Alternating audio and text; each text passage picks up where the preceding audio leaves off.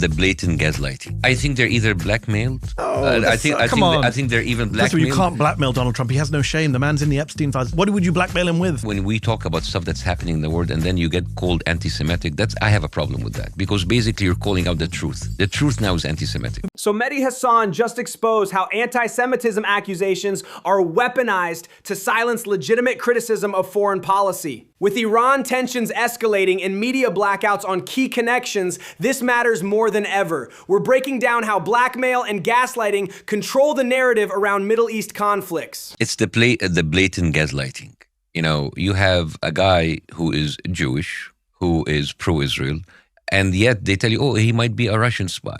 And it just like, that was the time they engaged with the espionage angle. Exactly, and then you have to think about like, Russian, Russian collusion in 2016, and then say, wait, maybe that's not the case. Maybe we have been gaslighted all of these years.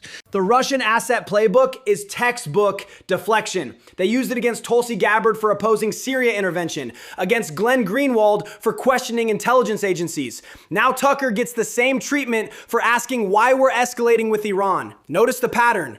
Question war, get labeled a foreign agent. So to tell you that like, wow, we're democratic, we're free, they will mention the Israeli connection once or twice, but they will never. Actually, I went to ask like ChatGPT and I said like, bring me all of the videos, all of the clips, all of the incidents where the Israeli connection to Epstein were mentioned in mainstream media. And they all said they either didn't mention or mentioned to be discredited or mentioned just by the way. So do we mention it? Yes.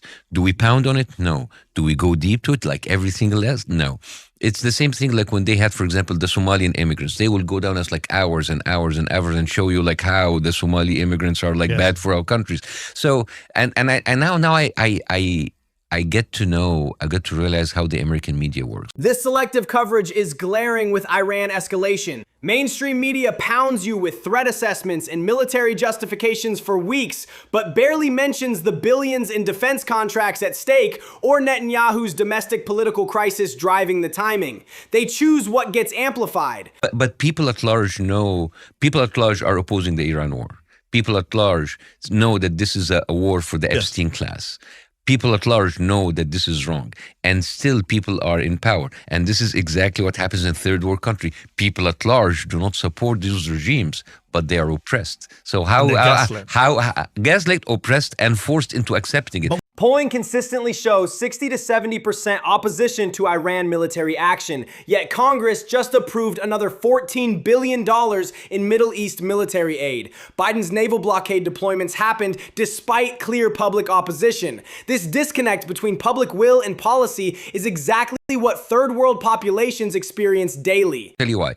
Because we were used to a system where people didn't know and they were distracted by bread and circus. So things just like went on, the Iraq war and whatever. But now people are getting to wake up.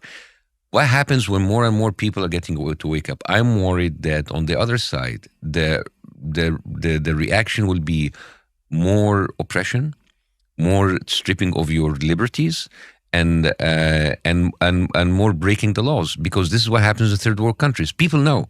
Yeah.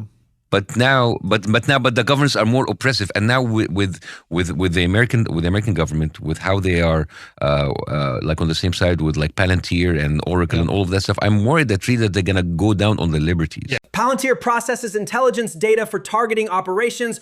Oracle manages government databases tracking dissent. Both companies' executives have direct Pentagon contracts worth billions. When he mentions surveillance concerns, remember these same tools monitoring Iran war critics are already deployed domestically. And now you're listening to the dog whistle. It's like, maybe we should not protect the First Amendment. You see them talk. We saw an Israeli billionaire come on CNBC. Like every like anti-Semitic should be like a punishable crime, and we should put them in prison because words is not enough. So now they're already giving you what they were they're gonna to do, and that's what scares me. Secretary Hegseth already proposed expanding hate speech definitions to include undermining ally relationships as prosecutable offense. The Restrict Act gives government power to ban platforms hosting anti-Semitic content. They're not hiding the roadmap. They're telling you exactly what's coming. Because everything that we were told was anti-Semitic came up to be true. When we used to say like the Greater Israel Project is true, they said like it's anti-Semitic. When they said they're going to displace people from Gaza, they said it's anti-Semitic. I'm not disagreeing with that. I don't think Pax Judaica is actually so anti-Semitic. Let me come back to Pax Judaica in one moment. But let me just take your bigger point. Yes. This is where I'm disagreeing with you. Yes. Just because one conspiracy theory is true doesn't mean all are true. Just because some accusations of anti-Semitism are fake doesn't mean all of them are fake, right? This is my problem. I don't think you can have, it's not baby and bathwater, Bassem. You can retain your critical faculties and independent thought without having to be all or one. And let me come back. When they said like they control the media, we saw the anti-Semitic, it's not anti-Semitic anymore. Let me come back. Well, it is still anti-Semitic. No, it's not. The Jews control the media. When I say the Jews, I know exactly who I'm talking about. I'm talking about the Zionist pro-Israel Jews. There's a lot of Jewish people in New York, in California. Everybody who said like it's being done with our name. Jewish Voice for Peace.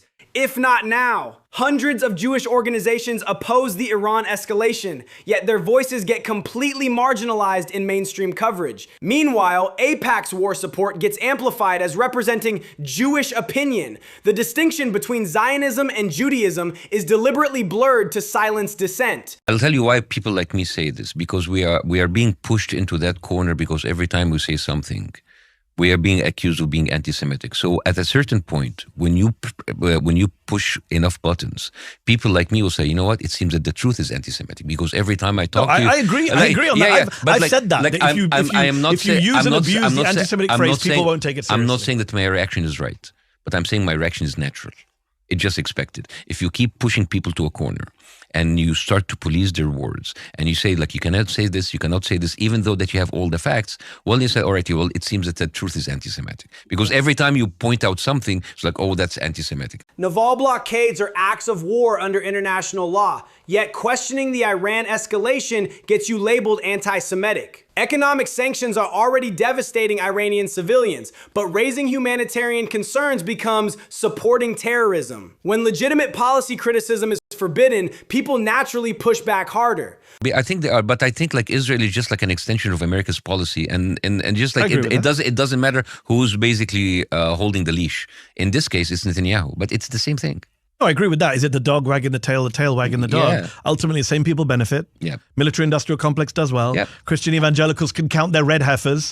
And that's why I'm not thinking about this as in form of nations. I'm talking about like it's just individuals. John Bolton, Elliot Abrams, Bill Kristol, the same neoconservatives who lied us into Iraq are now pushing Iran war through think tanks funded by defense contractors. Netanyahu's corruption trials paused during wartime under Israeli law. Individual interests align perfectly across supposed national boundaries. It's like this is you cannot have a political system when both wings of the political system serve the same master.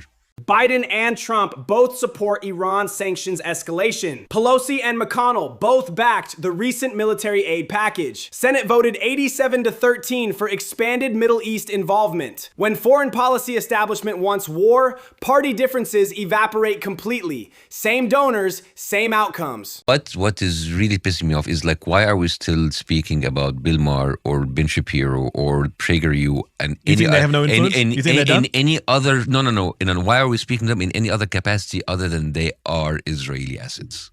They are 100% Israeli assets. And I don't care if you say that's a conspiracy theory. Ben Shapiro, the Daily Wire. Ben Shapiro said he would vote for Netanyahu to be president of America. So. One of his biggest sponsors is like Israeli VPN. Bill Maher is like, you know, I don't think that I'm not saying that thing is like on the payroll of Mossad, but like he works like.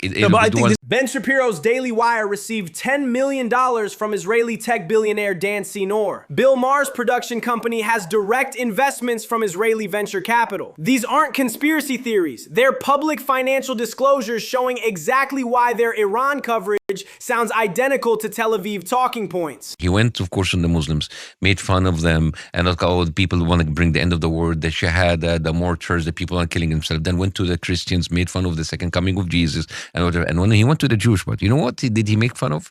He made fun of Naturi Karta, the anti-Israeli Jewish group. And that was his problem, that they are pro-Iran and not pro-Israel. That selective comedy targeting reveals the bias perfectly. Mock Muslims as extremists, Christians as delusional, but when addressing Judaism, only criticize anti-Zionist Jews. Same pattern drives Iran war coverage. Every regional actor gets scrutinized except the one pushing hardest for military action. I think that's an interesting perfect example is this monologue by Rachel Maddow, who went into like, why are we going to Iran? Why are we going? And she mentioned every single country in the region except Israel. And so they will go to Tucker Carlson. It's like, well, Israel is the problem. And it's like, all right, that makes more sense. Maddow spent 20 minutes explaining Iran's regional threat without mentioning Israel's role in assassinating Iranian scientists or bombing Iranian facilities. When mainstream sources have obvious gaps this glaring, alternative media gains credibility simply by stating the omitted facts.